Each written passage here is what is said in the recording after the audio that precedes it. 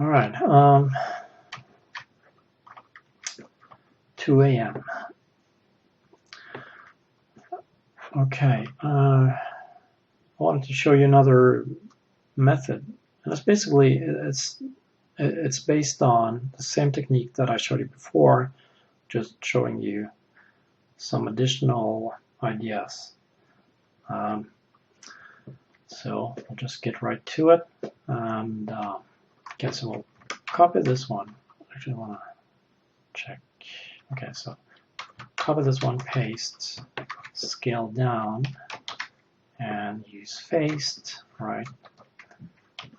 And actually, I can use faced again. And in this case, I'm actually gonna move that like that.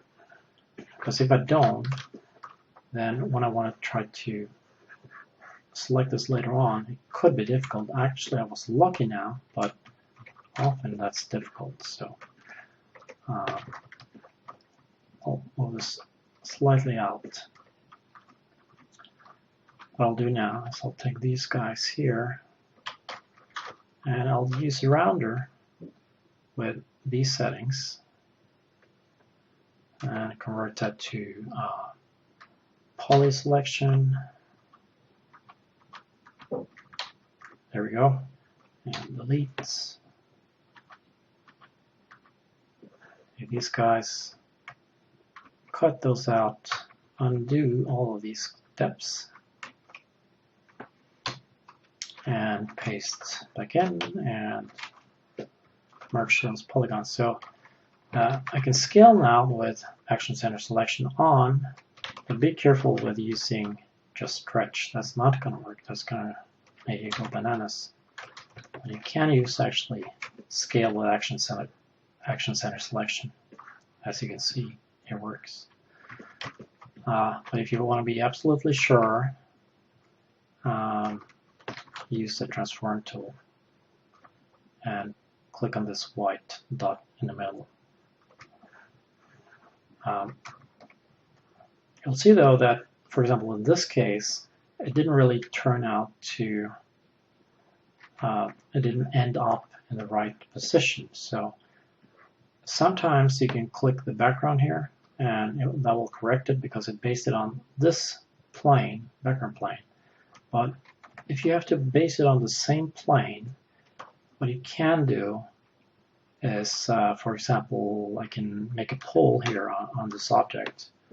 You'll see how it cuts it.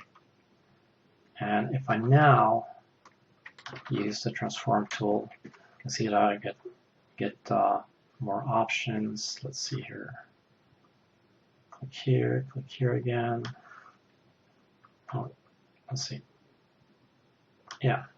So now I can see that I can stretch this one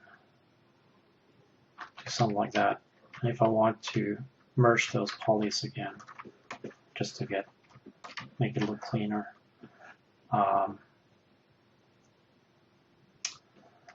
Yeah.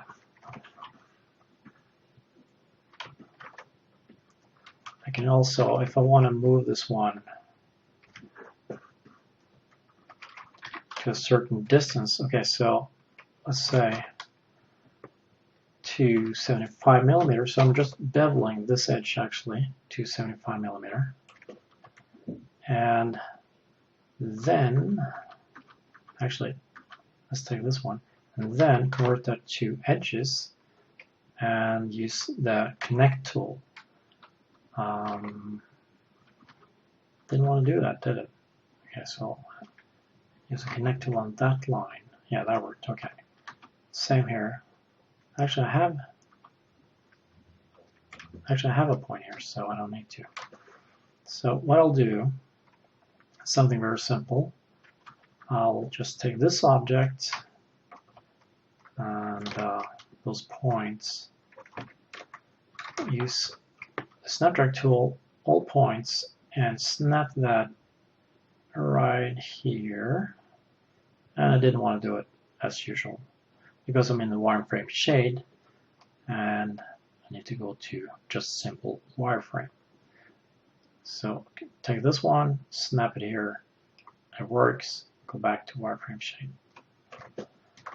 So maybe you want to do that for the other side as well. So okay, let's copy, paste, and move this one just down here, I guess. Convert that to points. Again, snap drag to all points. And again, it will not. There we go. And try to snap it here. It doesn't work. So again, I'll have to go to wireframe. Actually, I didn't have a point here. That one. But even if I had a point here, often it wouldn't work to snap it. So I'm just going to go like this and use the connect tool to create a point in the middle here. Go back to this guy and use snap drag to all points and snap to this point right here. Actually, we can try it. Okay, let's just go back to wireframe shade and wireframe shade, and let's see if I can snap it to that point. As you can see, it doesn't work. So I hope NewTek can fix that. Anyway, so go to wireframe shade, go there, and it snaps. Go back again, wireframe shade. All right, so that's how I can do that. And now I can, well, if you want to keep this border, you can do that.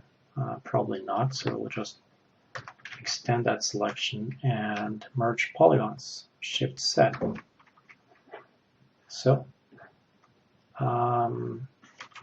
now you got a distance here from this one to that one of 75 millimeters. And that's all done in the perspective view.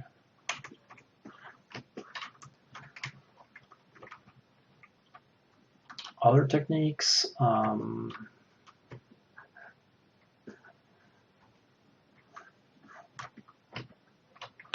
delete this.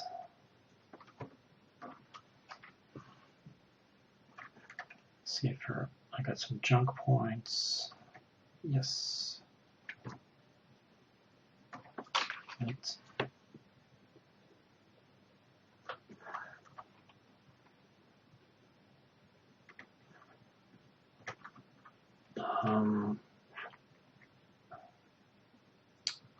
Well, that was that. I can now, I'll show another technique, and that is copying and pasting. Convert to points, use JFLA, and let's say 20 radius. That could be, well, 100 millimeter, but it could also be maximum. So let's delete those temporary points. So if it's maximum, then you'll see that you get this circle here. And you can action center selection with the size tool, just scale that down. Very easy. So now I can use the circle here to cut into that plane. But that's, you could of course also have done that with these guys. You could have cut those into this plane. Okay, so for a circle, that's pretty easy. So we'll take that and make pole. I think that was too many. That was too many sides. So do this over again. Copy paste. Select points, radius. JFLA segments 10. Okay, delete, take this one, make pole, and that's more like it. Okay. Again, let's just try this now. And this is what I mean. If you want to try to select these guys, you can see that no, it doesn't work because they are in the same plane. So not really sure if that's the problem in other programs, but if it could be fixed, that would be nice. Because now it's kind of like, well, it doesn't work. Just select some. Okay, anyway, so take this one now to fix that, or to make that work. And just use the transform tool, move it out a bit. And that's how you fix it. I only wanted half of this though. So I'll delete that one. Take this one, scale that down. And so that's how you can do that. Now, if I want to rotate this one, I can right click on this point right here, and I can rotate this 90 degrees. If I want to. In this case, I actually want to stretch this one, just to show you really. You can see that if I right click here, it's not, this blue line is pointing here, while it should be pointing up here. So I'm not satisfied with that. So, but the only way really to fix it in this case is to take this one, use the connect tool, and create a point here. No, actually, I could have just right-clicked on this line as well. Yeah, all right, that works. So now I can use. Oh, that was wrong.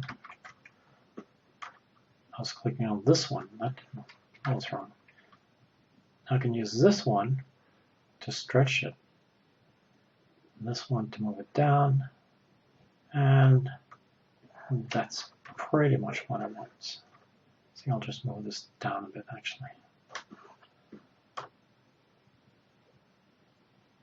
So when you got that about right, and you just leave it like that, and when I do that, and I just move this out of the way, and I would take this one, use the connect tool here to create a point.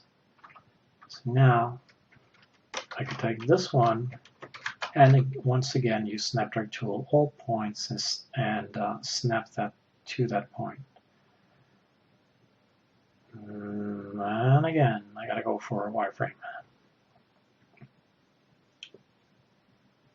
Wireframe shape. Right. Now, of course, I mean, I could have gone, beyond this. I could have done more. I can take, for example, let's just move this a bit up. Different ways to go about this. Many different ways to go about this. So I can loop this one. I can hit E. I can scale this now. Actually, that didn't really want to scale the way I wanted it to. Let me use the transform tool for some reason. And scale. Okay, looks better.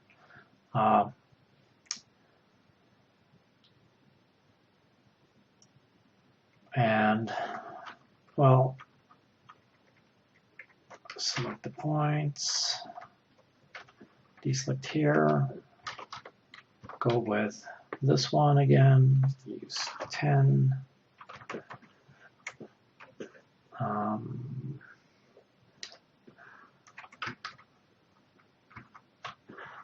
Not sure why this is going bananas, actually.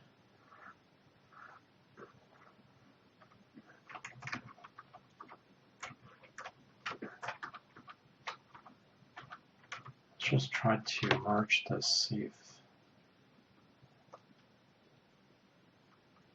Okay, that didn't work.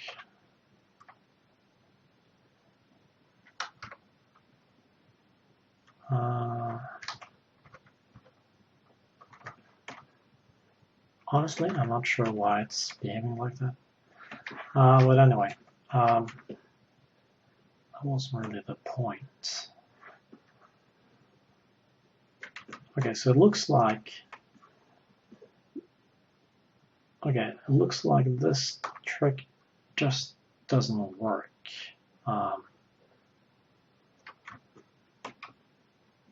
If it's too complicated. Oh, that's kind of funny. So, I mean, I could have done that in other ways as well. But anyway, as you can see, I can either create, round cutouts here, or I could create, other objects on top of those points, and make those objects cut into this plane here. So I just want to show you that, really, how you can do this in perspective view, forcing it to work in perspective view. Okay, so but I got more. Sorry, long preview. But I have this feeling that you need to see this. Okay, so once again, copy and paste. Convert to points. Keep these guys here, but delete the other ones. So that creates something like that. Okay. Let's just scale that down.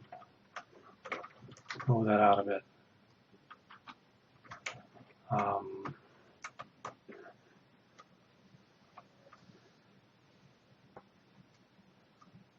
Okay. What I'm going to do now is I'm going to take this, and that one. So many ways to do this. And Control P. And that's actually going to make a curve. Take this curve now, cut it out, take this trigon, delete it, paste in that curve, paste back in that curve.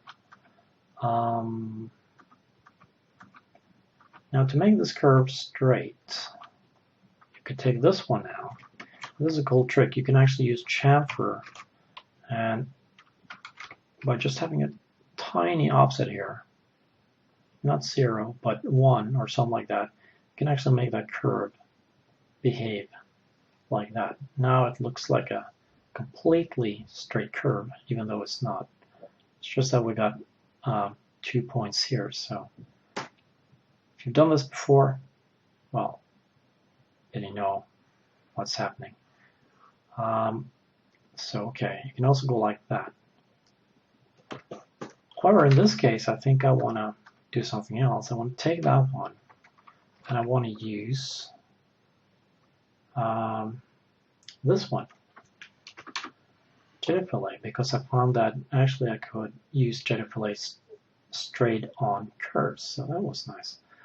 So this is now a curve actually, which is pretty cool. So I can actually cut that curve into this plane in the background.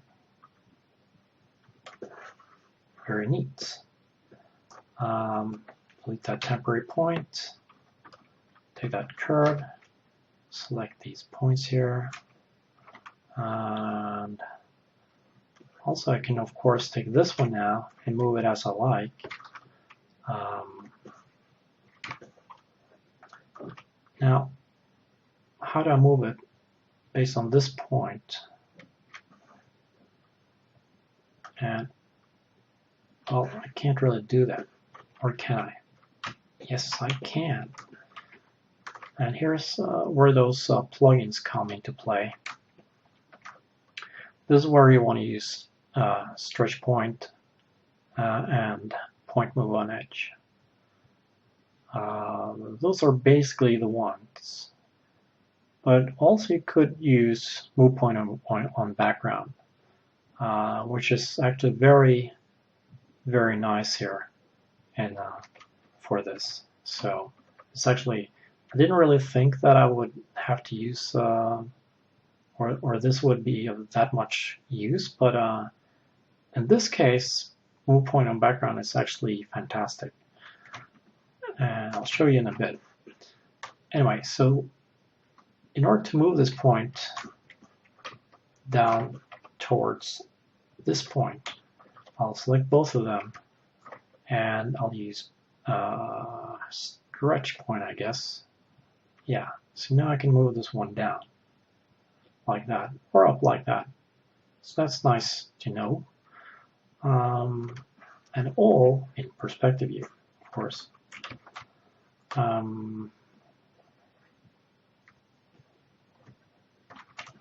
What else?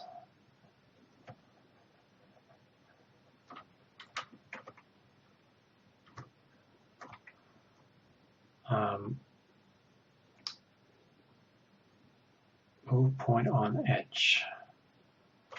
Well, yeah, that's basically just moving it on the edge. Not really. Well, actually, that would be useful here, actually, if I want to stretch this one out. Right? No, actually, I could just use stretch points. Yeah.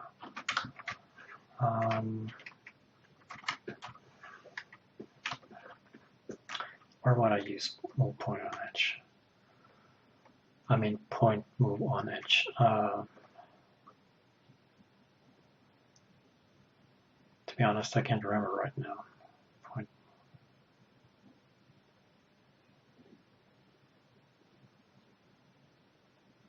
Well, actually, if you got, let's take this one, copy and paste, and scale this one down. Card to points. Oh, I should have deleted that one.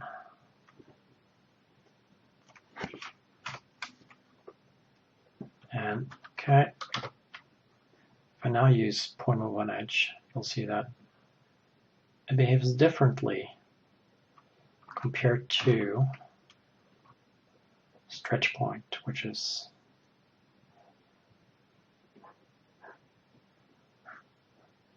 slightly different.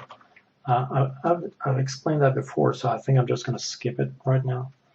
But you might find that these might be very useful actually in this scenario. One more thing is that if I take this one and let's say I want to move these guys downwards or sideways or whatever. Oops. Well, I can use this one, the transform tool, but you can see that, well, it's not really doing quite what I want here. I could move it like this now and like that, but maybe that's not what you want. But let's try this. Let's cut it out, paste back in here, and have this one in the background, right? So take these points now and use move point on background. Now I can, as you can see, I can move that, and it's actually, as you can see, it's actually lying on top of that plane. Excellent. So I don't need to, you know, I don't need to fight this too much. I can just go like that. So I thought that was pretty cool.